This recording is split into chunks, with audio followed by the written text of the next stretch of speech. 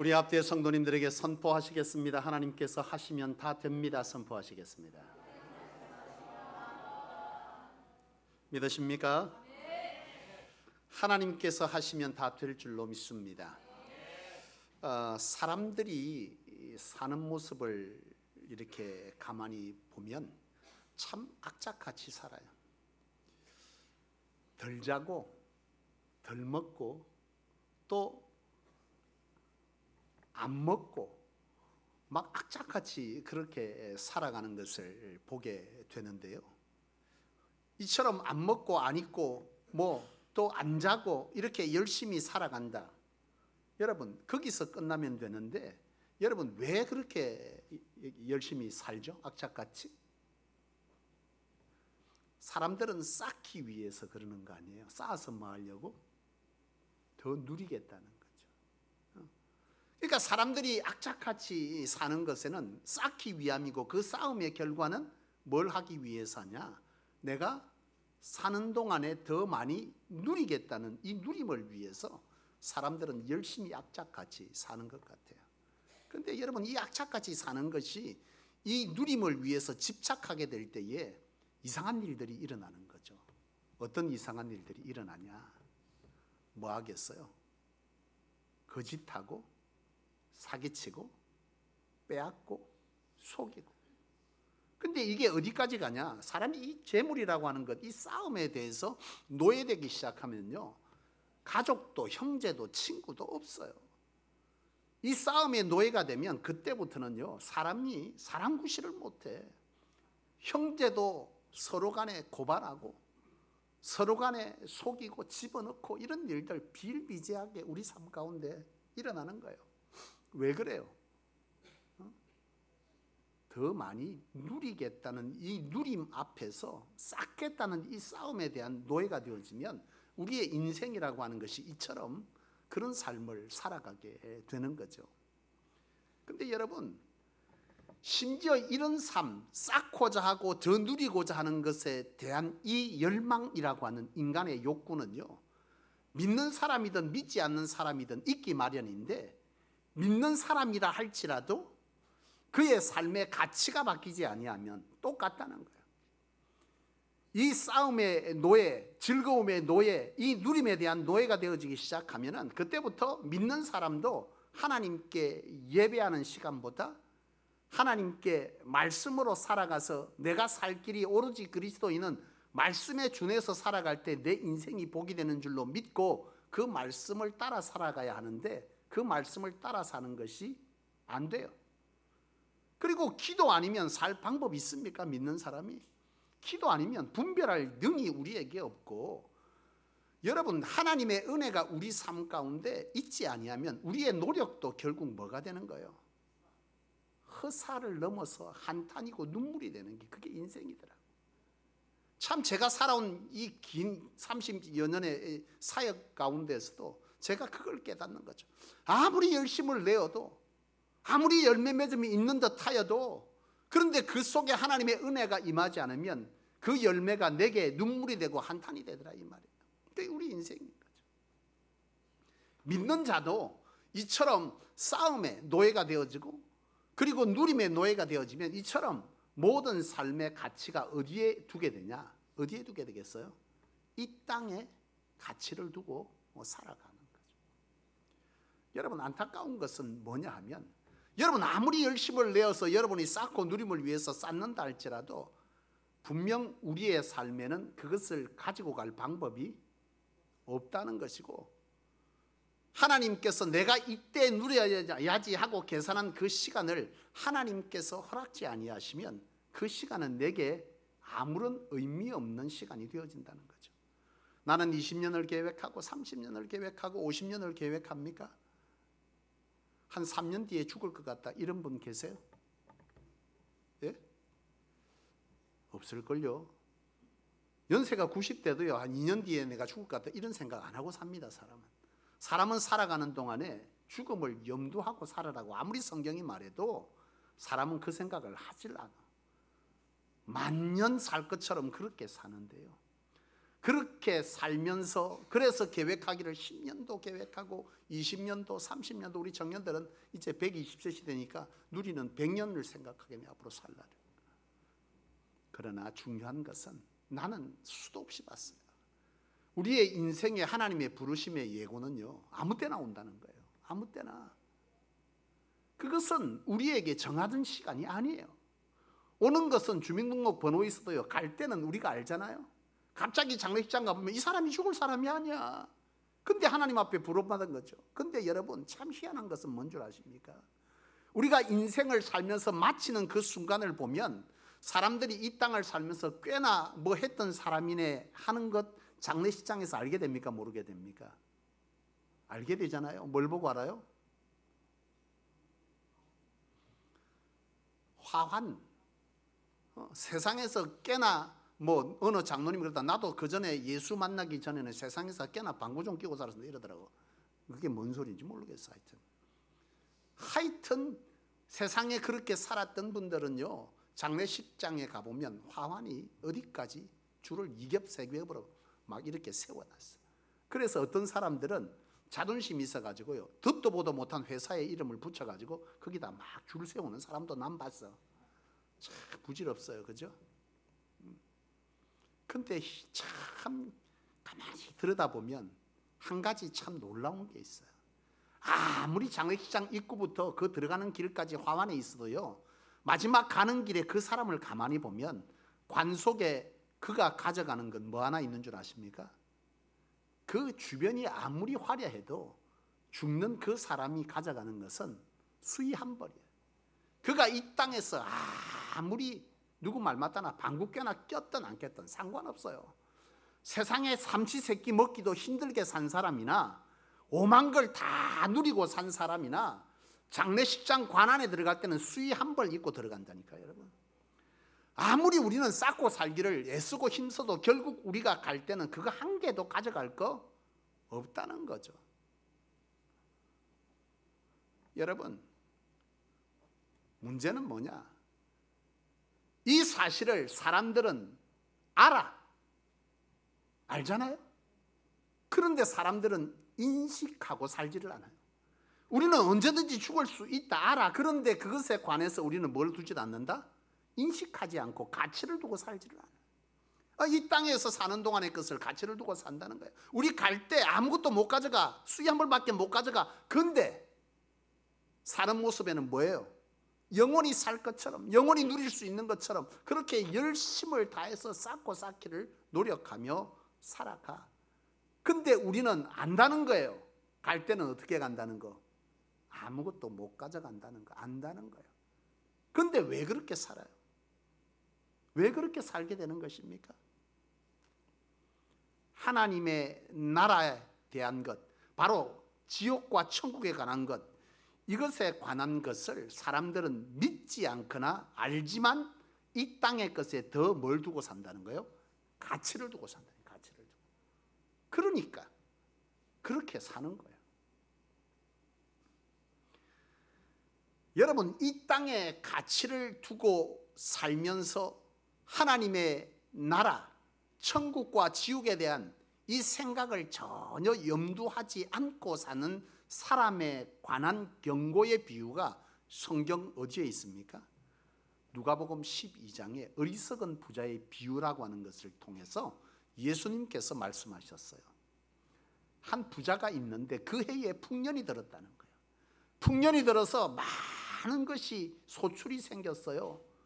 풍년이 들었는데 이 사람은, 이 부자는 뭐 하는 사람이겠어요? 많은 하인을 거느리는 사람. 그래서 그가 거둬들인 것이 너무 많아. 그가 근심이 생겼어. 어떤 근심이 생겼겠어요? 쌓긴 쌓아야겠는데 쌓을 곳이 없네. 이 사람은 염려하는 거예요. 야, 어떻게 하지? 그래서 생각해낸 것이 뭐예요? 창고를 더 크게 짓자였습니다. 창고를 크게 지어놓고 거기에다 쌓은 다음에 그리고 나서 자기 자신에게 말하는 거예요. 뭐라고 말해요? 너 그동안 뭐했다? 수고했다. 이제는 미래를 위해서 충분히 쌓았으니 이제부터 뭐하자?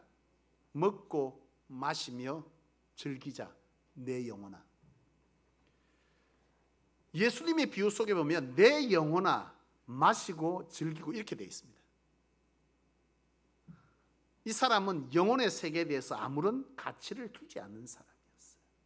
그 부자는 오로지 그렇게 말할 때에 예수님께서 그 비유에서 하신 마지막 한마디가 세기를 박잖아요. 만약 오늘 밤에 네 영혼을 거두어 간다면 그것이 누구의 것이 되겠느냐 라고 하는 이 비유의 말씀은요, 우리에게 경각심을 주기에 충분하다고 생각되어집니다. 너 그렇게 사냐 악착같이? 하나님 앞에서든 사람 앞에서는 도리하지 못하면서 그렇게 악착같이 사냐? 그런데 너 가져갈 수 있냐? 하나님께서 부르시면 너 뭐 입고 와야 된다? 수의 한 벌 입고 그거 다 태우고 나면 죄밖에 남지 않아. 죄. 요즘 여러분 짐승들 이렇게 죽고 나면 그 뼈를 굉장히 희한한 모양으로 만들어서 이래 유리 같은데 이렇게 만들어주고 이 물체 같은 이쁜 걸로 만들어주는 그런 거 요즘 있는데 아세요? 몰라요? 반려견 키우는 분들은 알 것 같아요. 요즘은 그거 장례식 하고 나면 그 뼈를 다 수거해가지고요, 그거를 다른 어떤 물질을 만들어서 모양 안에 유리 같은 데다가 딱 이쁘게 만들어줍니다.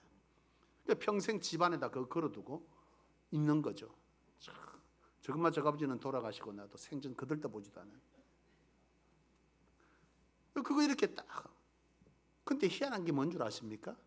사람은 뼈로 그걸 못 만든대. 사람 뼈는. 나 그 얘기 들으면서 참 성경이 찔려.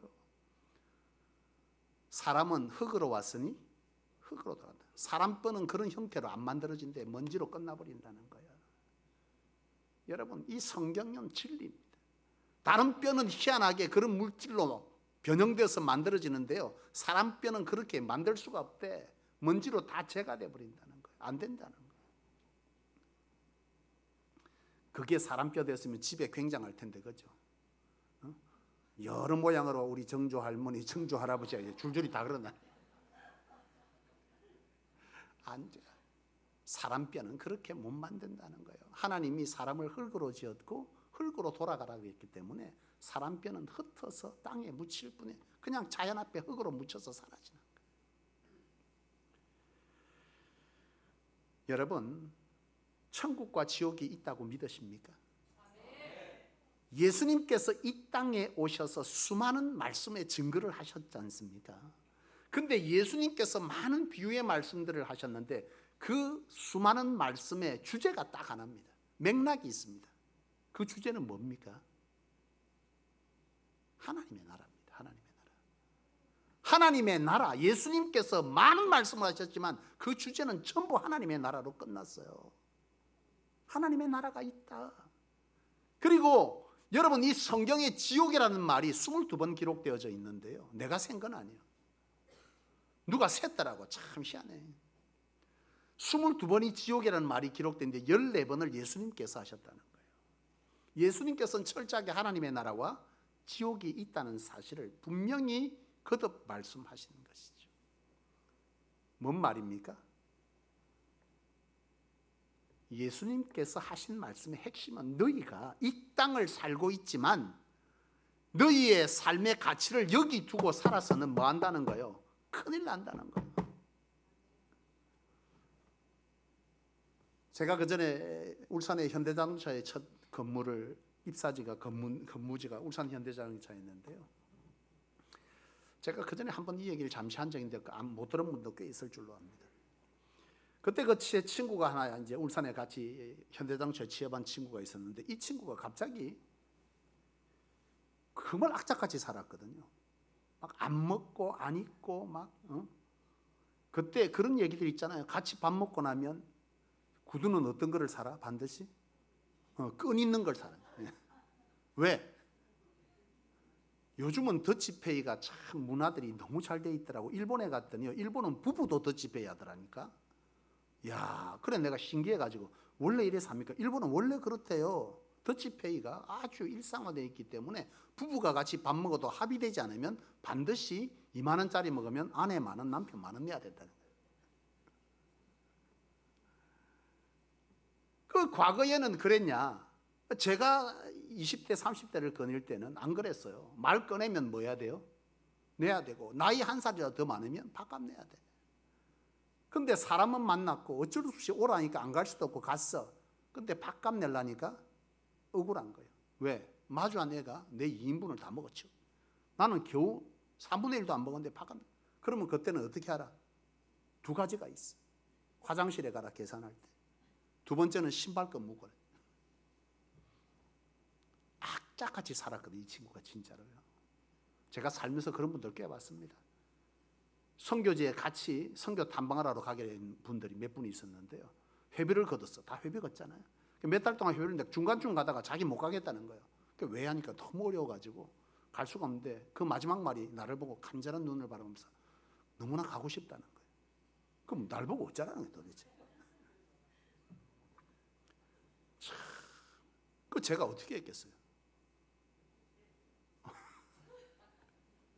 몇 달 안 남았다 싶어서 대주기로 하고 작정을 하고 갔는데 그 몇 달이 한 30만 원 되더라고. 그래, 해외를 그때 갔어. 참, 가면서 내가 탈탈 털어갖고 줬는데요. 거기서 내가 놀라운 것을 발견한 거 아니야. 갔어요. 갔는데 선물 코너를 가더라고. 그 선교사님이 데려가는 거예요. 그런데 거기서 우리나라에서 사면 너무 비싼데 거기 사면 3분의 1 가격이래. 그래서 일부러 나는 팔아도 남는 게 아니니까 그 선교사님이 가이드가 아니니까 진짜 데려갔는데 정말 싸게 파는 거예요. 그래서 선물을 막 사는데요. 놀랍게도 내가 30만 원 대준 그분이 선물을 사더라고. 나는 돈이 없는데. 마음이 살짝 상하더라고. 참 야무지게 사네. 날 보고 안 사냐는 거예요. 그래서 내가 그랬어. 나는 다 털어주고 없어. 그래서 못 샀어요, 난 진짜로. 근데 그 다음이 문제라. 그러고 나서 마지막 날에 식사를 이제 하러 갔는데 그 선교사님 부부가 너무 애쓰고 힘써줬으니까 식사 대접을 하자 결의를 한 거예요, 같이 간 사람들이. 그래서 하자 했어요. 근데 하필이면 갔는데 툼레이드라고 하는 영화 촬영지 식당이에요. 그러니까 거기가 아주 사는 것이 화폐 가치가 우리보다 훨씬 낮은 지역임에도 불구하고 그 식당은 비싼 거예요. 그 밥을 먹었는데 식사비가 한 200불이 모자라는 거예요. 그 밥은 다 먹었고 대책회의를 열라. 다 나오라. 밖에 나와서 있는 돈 다 내라. 그러니까 나는 탈탈 털어갖고 내니까 한 70불 정도 있는 거예요. 그래서 냈어. 그러니까 다른 사람들 뭐 15불 먼저 마지막 갈 때 되니까 돈이 없어. 15불 막 이랬는데 다 걷었는데도 한 100불 정도가 모자라는 거야. 그러니까 끝까지 가만히 있더만 갑자기 돈을 싹 꺼내는 거예요. 누가? 내가 30불 대준 그분이 갑자기 돈을 싹 꺼내더라. 아까 선물도 사고 돈이 또 남았어. 그러더니 그러면 100불 좀 내라 그러니까 100불은 낼 수 없대. 남겨가야 된대. 누구 얘기예요? 우리 중에 누군가의 얘기일 수 있지 않겠습니까? 다른 모양이지만 참 사는데 악착같이 살아. 그래 살아야 그래도 내가 뭐가 있다는 거예요. 누릴 게 남는 게 이 자본주의 사회 아니겠어요? 울산 친구가 그런 친구인데요. 갑자기 돈을 물소듯이 쓰는 거예요. 그게 너무 신기한 거예요. 이래가 갑자기 어젯밤에 우리가 그랬어. 갑자기 밥을 먹었는데 지가 사겠다고 돈을 내는 거야. 생전 없는 일이야. 맨날 신발끈 먹고 도망가는 애가. 그날 막 밥값을 내는 거야. 우리가 야 어제 잘못 먹었나? 그때 그런 얘기들 많이 했어요. 제가 어제 잘못 먹었나? 아침에 나올 때 막 이런 얘기가 쑥덕거리고 웃었는데요. 그 다음날에도 안 사던 옷을 사 입고 갑자기 우리 보고 밥 먹자고 막 불러내는 거예요. 계속 계산을 해. 너무 신기한 거예요. 우리가 장난쳤거든요. 와, 니 이제 사람 같다 뭐 이런 얘기도 하고 뭐만 얘기를 하면서 막 놀렸는데요. 갑자기 그날 저녁에 제가 그때 천주교였습니다. 오해하지 마십시오. 천주교는 술을 한 잔씩 하잖아요. 제가 그때 천주교였기 때문에 술을 먹자고 이제 전화가 왔어요. 나갔어. 이제 맥주집에 앉아서 이렇게 둘러 앉았는데요. 참 이 설교 시간에 맥주집 얘기하기 좀 이상하다. 뭐 옛날 얘기입니다. 그래 그냥 들으십시오. 그래 앉았는데 얘가 한참 먹더니 우는 거야, 펑펑. 그래, 야, 무슨 일이냐, 뭔 일 있었냐, 뭔 일인데 하니까 막 홀로 뒤에 빠뜨리면서 막 미주알 고주알 얘기를 하는데 자기가 사형 선고를 받았다는 거예요. 결론은 깜짝 놀란 거예요. 뭔데, 왜? 암이 걸렸대. 그 병원에서 자기 3개월 못 넘긴다 그랬더니 자기 버는 거 뭐 해야겠다는 거예요? 다 쓰고 가겠다는 거야. 그러더니 그날 술값도 몇십만이 나와서, 그때 몇십만 큰 돈입니다. 생전 안 하던 막 양주도 시키고 난리가 났어, 혼자서. 그러니까 우리는 뭐 그 말 하기 전까지는 신났어, 잘 얻어보는데 갑자기 죽게 됐다니까 그때부터 우리도 심각해지는 거야. 야, 이거 어쩌지? 야, 혹시 모른다 아이가, 다른 병원에 다시 가보자. 아이고 벌써 끝났는데 뭐 가면 뭐하냐 하고 막 그래. 아유, 그래도 가보자. 그 다음날 며칠 지난 뒤에 갔어. 큰일 난 거야 진짜로. 오진이. 오진 안 죽어.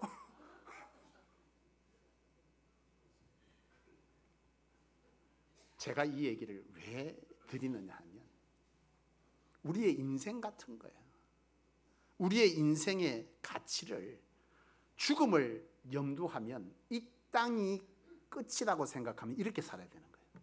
그러나 우리가 죽음 이후에 주님께서 말씀하신 하나님의 나라가 있다라고 하는 것을 아는 우리는 이런 식으로 살다 끝을 내서는 안 된다는 거죠. 오늘 본문을 봅시다. 오늘 본문은요, 하늘의 가치를 두고 살았던 사람들의 얘기를 히브리서 11장은 담고 있습니다. 아브라함, 사라, 이삭, 야곱 등등의 사람들의 이름이 나오는데, 이 사람들은 이 땅의 가치를 두기보다 하느님의 나라의 가치를 두고 산 사람이다, 이렇게 기록합니다. 그러면서 그 배경을 어떻게 설명하냐? 이 사람들은 하나님의 나라의 가치를 뒀기 때문에 하나님께서 가라 하면 가고 서라 하면 섰는데, 그들은 그 가는 길이 고단했다, 고단하지 않았다? 고단했다는 거예요. 그래서 그들은 마음만 먹으면 다시 살던 편안한 자기가 살던 그곳으로 돌아갈 기회가 있다 없다? 있었어요. 그러나 이들은 그리하지 아니한 사람이다. 그래서 하나님께서 이들을 위하여 하나님의 나라의 한 성을 예비했다. 뭐를 줬다는 거예요? 상을 예비했다는 거예요. 이게 오늘 본문의 맥락입니다. 창세기 23장 4절에 보면 아브라함은 자기 인생을 두고 나그네 인생이다, 이렇게 표현하거든요. 이 말은 뭐예요?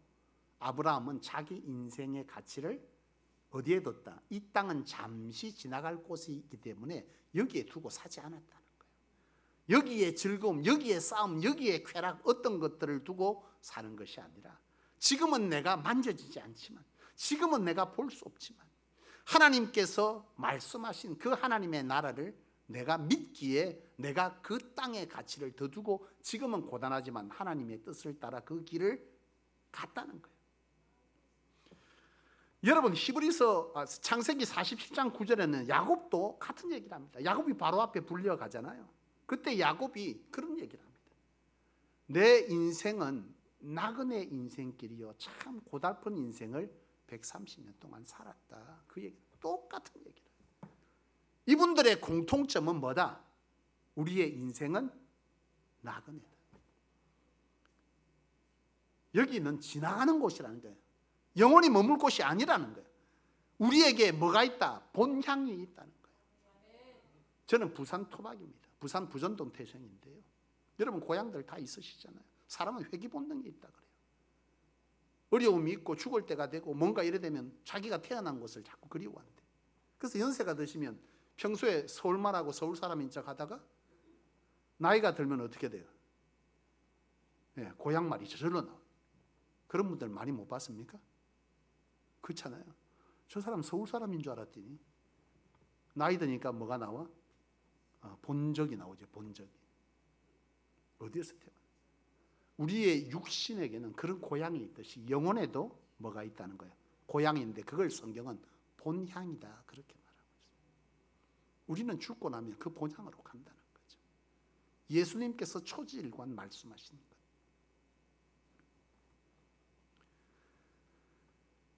마태복음 13장 이하에 밭에 감추인 보화를 예수님께서 비유로 말씀하시는데, 어느 소작농이 있는데 이 사람이 주인에게 이 밭을 일정 기간 빌려서 뭐하고 있어요? 농사를 지어 먹고 살아. 이 사람은 기껏해봐야 가진 것이 살고 있는 집 하나밖에 없어. 아무것도 없어.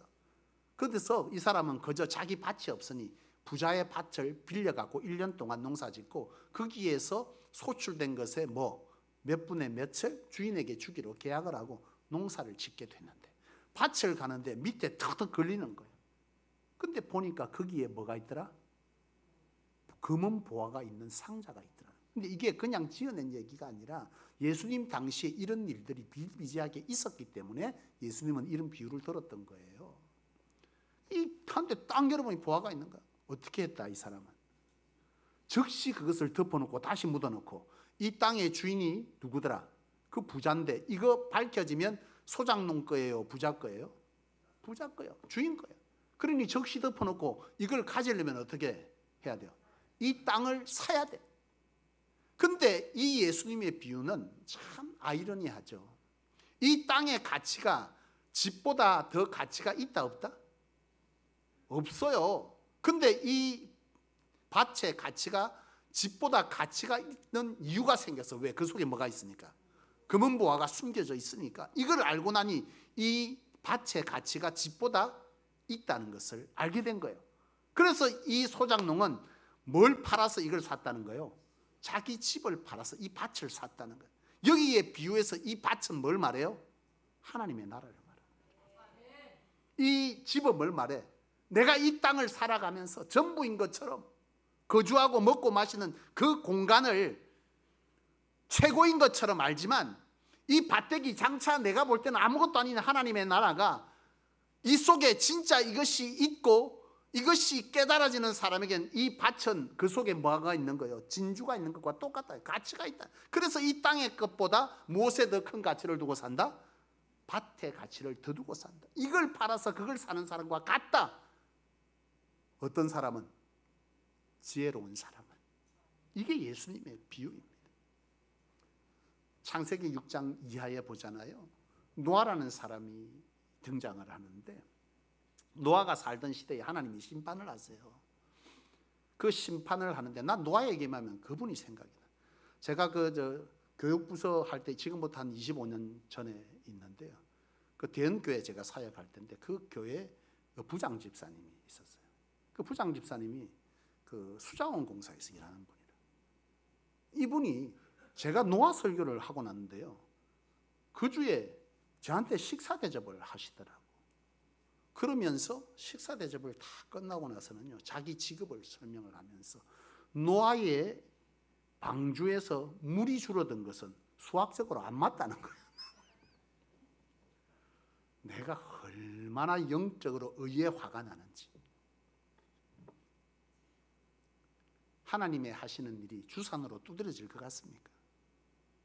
내가 이해되는 것만 따르는 것이 믿음입니까, 집사님?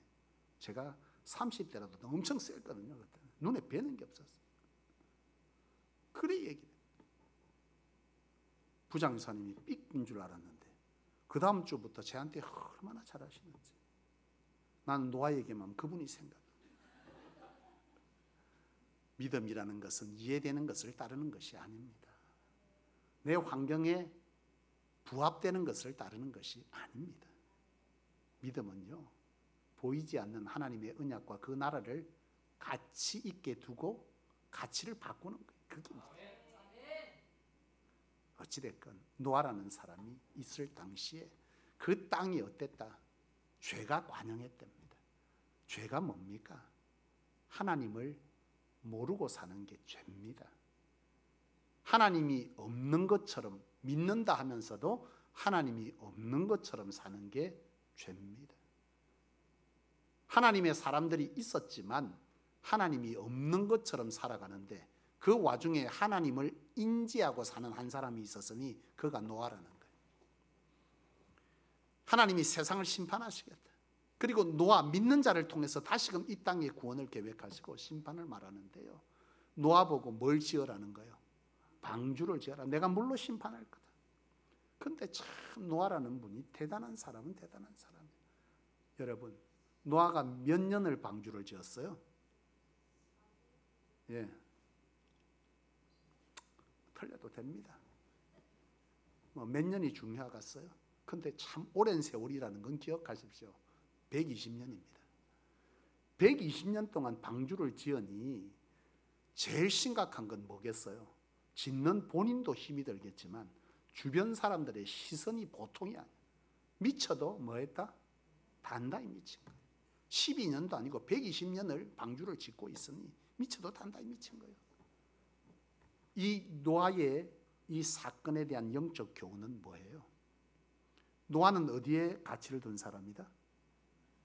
하나님의 나라에 가치를 둔 사람, 구원의 가치를 둔 사람입니다.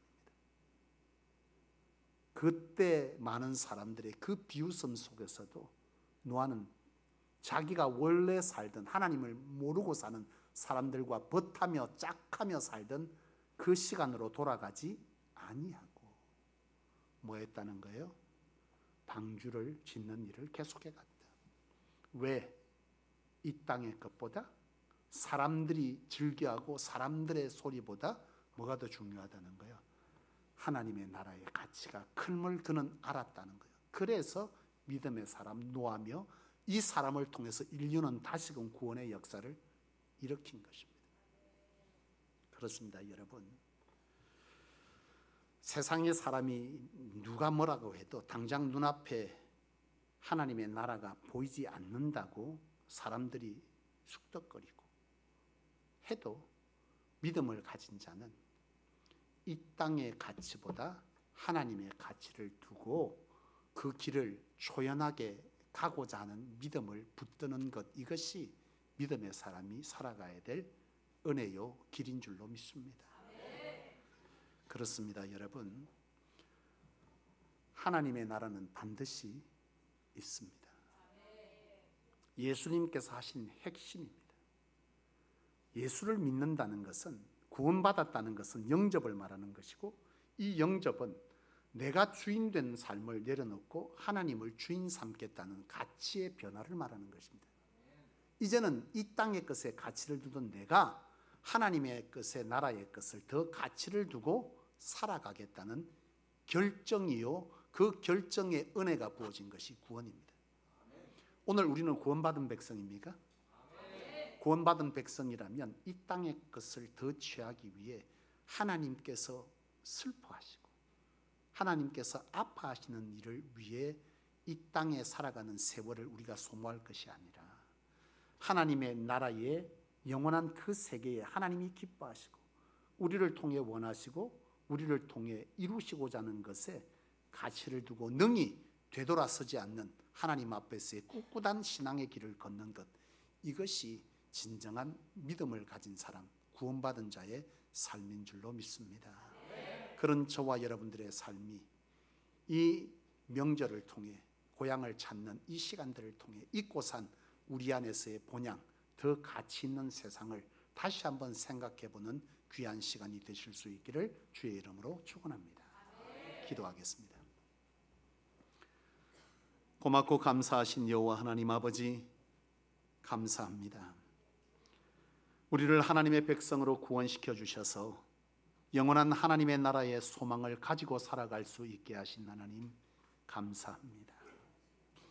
하나님, 정작 하나님의 말씀, 영원한 하나님의 나라가 있는 줄 알고 믿는다 하면서도 당장 내 눈에 보이는 것이 너무나 매력적이고 당장 내 입에 들어가고 만져지는 것이 너무나 아름답고 매력적이어서 영원한 하나님의 나라 것에 가치를 두기보다는 지금 만져지는 것에 가치를 두고 살았던 우리의 모습을 이 시간 다시 한번 되짚어 주셔서 우리가 이제는 하나님 중심, 하나님 원하시는 하나님의 나라에 가치를 두고 사는 삶을 다시 한번 살아낼 은혜를 붙잡기를 소원합니다. 여호와여, 우리의 연약과 무지와 나약함 위에 하늘의 신령한 은혜와 통찰력과 영적 분별력을 주셔서 하나님께서 우리를 향해 말씀하신 하나님의 나라의 가치를 붙잡고 사는 복된 인생을 다시 한번 살아낼 수 있도록 우리 하나님 이 시간 축복하여 주시옵소서. 그리하게 하실 하나님께 찬양과 영광을 올려드리며 주 예수님의 이름으로 기도하옵나이다. 아멘.